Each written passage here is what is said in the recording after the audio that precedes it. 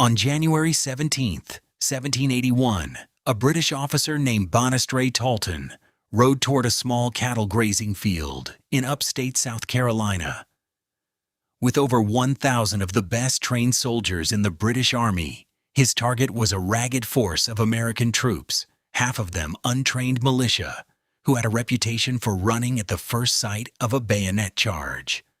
Tarleton expected an easy victory, a quick slaughter, really. What he rode into instead was one of the most perfectly executed tactical traps in the history of warfare. Within an hour, his elite force would be shattered, and the man who designed the trap, Music, a backwoods general with no formal military education, would deliver a masterclass that officers still study at West Music Point today. So how did a group of farmers and part-time soldiers manage to annihilate a professional British fighting force in under 60 minutes? South Carolina, in late 1780, was a nightmare for the American cause. The Southern War nears collapse. The British had captured Charleston that May, taking over 5,000 Continental Music soldiers, prisoner in the worst American defeat of the entire war.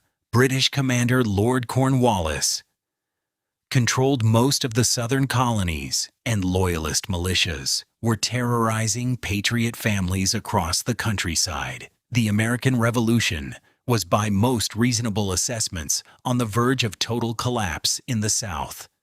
General George Washington sent Nathanael Greene to take command of the remnants of the Southern Continental Army.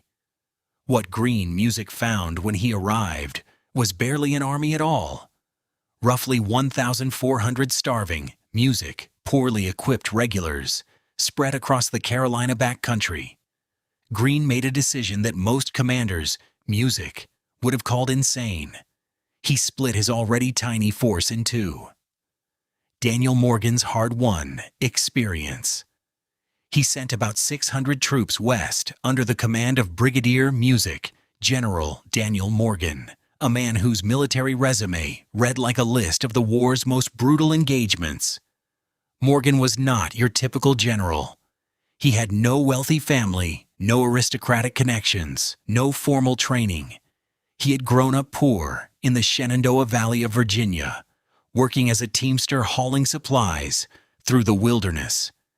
During the French and Indian War, he received 500 lashes from a British officer for punching a superior.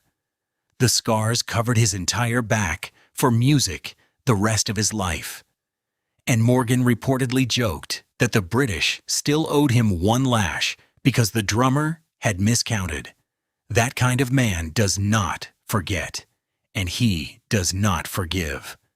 When the revolution started, Morgan showed up with a company of Virginia riflemen and fought in nearly every major engagement of the northern campaigns.